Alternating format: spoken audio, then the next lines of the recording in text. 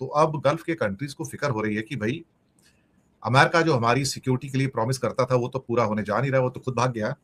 तो हमारी सिक्योरिटी के लिए क्या किया जाए? किसी और ने अटैक किया तो हम क्या करेंगे? सीधा अटैक यहां पर आ रहा है अमेरिका के ऊपर कि जिसके ऊपर आप यकीन करते थे कि वो आपका साथ देगा, वो आपके साथ रहेगा, मुसीबत की घड़ी में आपके काम आएगा, वो तो भाग गया। कि वर्ल्ड की जीडीपी, उसके बारे में एक बड़ा आप कह सकते हो कि न्यूज है, और खास तौर से आईएमएफ का बड़ा बयान कि 3.1% पे आ गया है। जनवरी में 3.3% थी, उससे पहले 3.4% थी। हर गुजरते महीने के साथ ये गिरती चली जा रही है। उन्होंने कह भी दिया है, उन्होंने कह दिया है अमेरिका से कि हमारा पुराना रिश्ता है ईरान से, ट्रेड का भी और एनर्जी का भी, बीच में कुछ मत करो, हमारे बीच में आने की कोशिश मत करो, don't interfere in our relationship.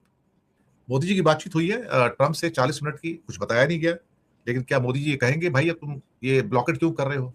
India ने जो हॉर्मुज का ब्लॉकेट था ईरान के द्वारा, उसे बहुत कंडेम किया, इसको खुला रहना चाहिए। लेकिन क्या मोदी जी ने ट्रंप से बातचीत में यह कहा कि मैं आपके किए हुए ब्लॉकेट को भी कंडेम करता हूं? क्या मोदी में इतनी हिम्मत है? तो स्वागत है आप सबका। सबसे पहले बात करेंगे चाइनीज डिप्लोमेटिक पुश की। गल्फ के अंदर एक वैक्यूम पैदा हो गया है, और बड़ा वैक्यूम पैदा हुआ है। वैक्यूम कहां से आ रहा है? वैक्यूम आ रहा है अमेरिका के भागने से। अमेरिका के बेसिस तो बर्बाद हो गए, और थोड़े बहुत बचे हैं वो भी बर्बाद हो जाएंगे अगर थोड़ी जंग और हो गई तो। पर एक बात कंक्लूसिवली वहां से निकल कर आई है, वो ये है कि अमेरिका इन एलाइज को प्रोटेक्ट नहीं कर पाया, किसी भी हालत में प्रोटेक्ट नहीं कर पाया। और कहीं ना कहीं इस बात का एहसास अब ये गल्फ के लोगों को हो रहा है कि हमको एक सिक्योरिटी का नया सेटअप या नया अलाइनमेंट बदलना पड़ेगा या लाना पड़ेगा, क्योंकि हम अगर अपनी हिफाजत खुद नहीं करेंगे तो कोई हमारी हिफाजत नहीं करेगा। जो कंट्री अपने आप को बचा रहा है, अपने जहाजों को 2000 किलोमीटर दूर ले जाता है और अपने हवाई जहाजों की बलि दे रहा है, वो हमें क्या बचाएगा?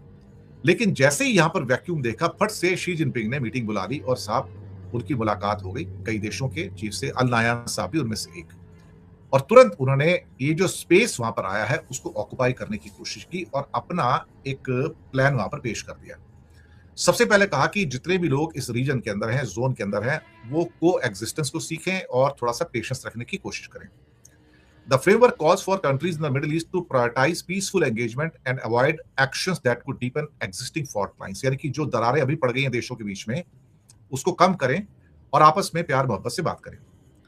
सॉवरेनिटी की रिस्पेक्ट की बात की गई है। The proposal stresses that the nation must refrain from interference in each others internal affairs, ये बात भी कही गई है।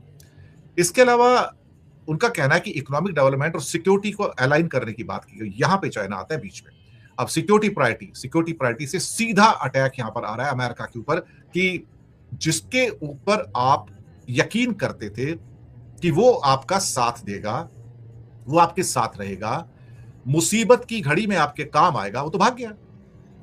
इसलिए शी जिनपिंग ने बड़ी चतुराई से, बड़ी चालाकी से शब्द कहे कि भाई आप अपने सिक्योरिटी अलाइनमेंट को फिर से देखिए। ग्रोथ तो है, अच्छा है, गल्फ में ग्रोथ बहुत है, बहुत काफी कंस्ट्रक्शन होता है, बिजनेस भी आता है, लेकिन सिक्योरिटी के अलाइनमेंट का क्या है? तो किसके साथ आप अलाइन होंगे, जो आपको धोखा दे रहा है या जो आपके साथ है? तो चाइना के शी जिनपिंग ने यह कहने की कोशिश की है कि उसको छोड़ दो, मुझे देखो, मैं तुम्हारा प्रोटेक्ट कर सकता हूं, मैं उसकी जगह ले सकता हूं, तुम मेरे ऊपर भरोसा रखो कि मैं तुम्हारे लिए क्या कर सकता हूं।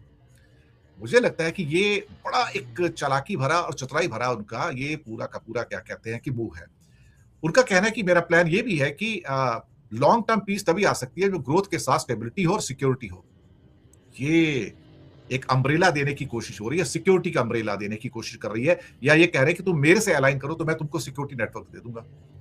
एक चीज और उन्होंने कही जो बहुत इंपॉर्टेंट है, और वो थी कि safeguard the authority of international rule of law.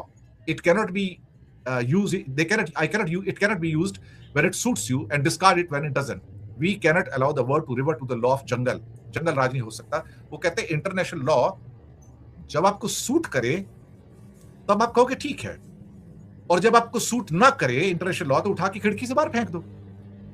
कौन सा इंटरनेशनल लॉ था जिसके अंतर्गत आपने मादुरो को उठाया? ये सवाल यहां पर उठता है, ये सारे क्वेश्चंस आ गए वापस।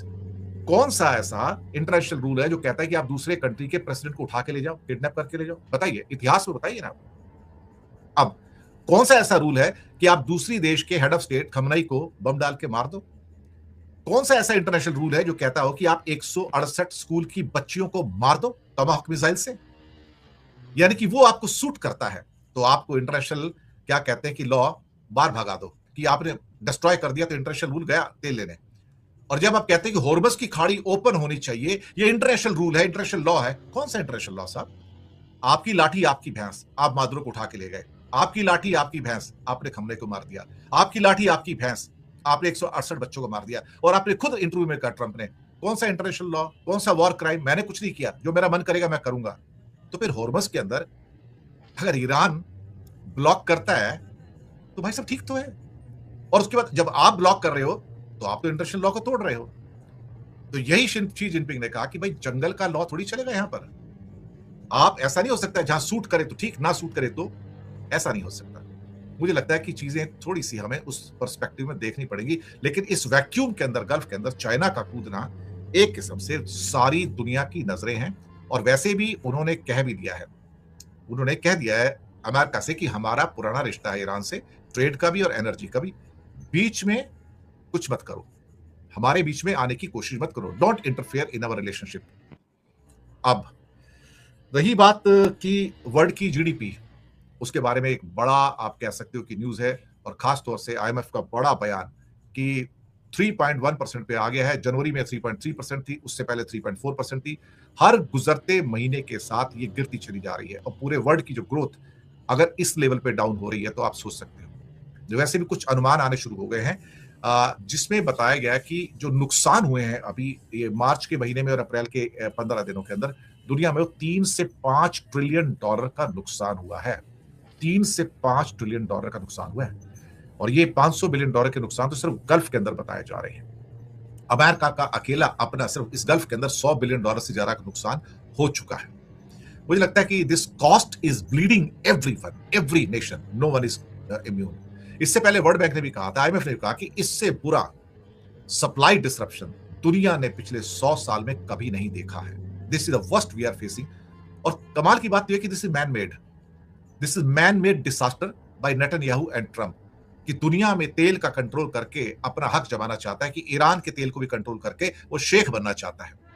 लेकिन man proposes and God disposes, ऐसा हो नहीं पाता है। इसके साथ ही मोदी और ट्रंप की बातचीत हुई है, 40 मिनट की सुनने में आया बातचीत हुई है। और इसमें एक बात अब पूरी तरह से पूछी जा रही है, इंडिया ने जो हॉर्मुज का ब्लॉकेट था ईरान के द्वारा, उसे बहुत कंडेम किया, उसको खुला रहना चाहिए। लेकिन क्या मोदी जी ने ट्रंप से बातचीत में यह कहा कि मैं आपके किए हुए ब्लॉकेट को भी कंडेम करता हूं? क्या मोदी में इतनी हिम्मत है कि ट्रंप को बोला होगा कि आप ये ब्लॉकेट क्यों कर रहे हो? देखो, सऊदी ने तो कह दिया, खुल के कह दिया कि आप जो ब्लॉकेट कर रहे हो गलत कर रहे हो, उसको उठाओ, पूरी दुनिया को नुकसान हो रहा है, एवरीबॉडी सफरिंग। सऊदी में हिम्मत है बात करने की, प्रिंस एमबीएस में। लेकिन क्या मोदी में हिम्मत है? कोई डिटेल नहीं दी गई क्या बातचीत हुई है, कोई डिटेल नहीं आई है, सिवाय इसके कि हाँ आपस में बातचीत हुई, मिडिल ईस्ट में क्या हो रहा है कि वो उसके ऊपर चिंता जताई गई है। आपने बोला क्या ये बताओ ना, पहले आपने बोला क्या है? मोदी ने ट्विटर पे लिखा कि मेरे मित्र ट्रंप का फोन आया, हमने विभिन्न क्षेत्रों में बायलैटरल जो कोऑपरेशन है उस पर बातचीत किया, और जो हमारी जो पूरे वर्ल्ड की, जिसको क्या कहते हैं, ग्लोबल स्ट्रेटजिक जो हमारी कोऑपरेशन है उसको और मजबूत करने में बात की, और हमने हॉर्मुज स्ट्रेट को खुला रखने पे जोर दिया। जोर दिया का मतलब क्या आपने बोला क्या उनको? क्या आपने उसको ये बोला कि भाई आप बंद करो, ये क्या कर रहे हो, ये वाहियात चीजें जो आप कर रहे हो? मुझे नहीं लगता कि मोदी के अंदर वो हिम्मत है बात करने की।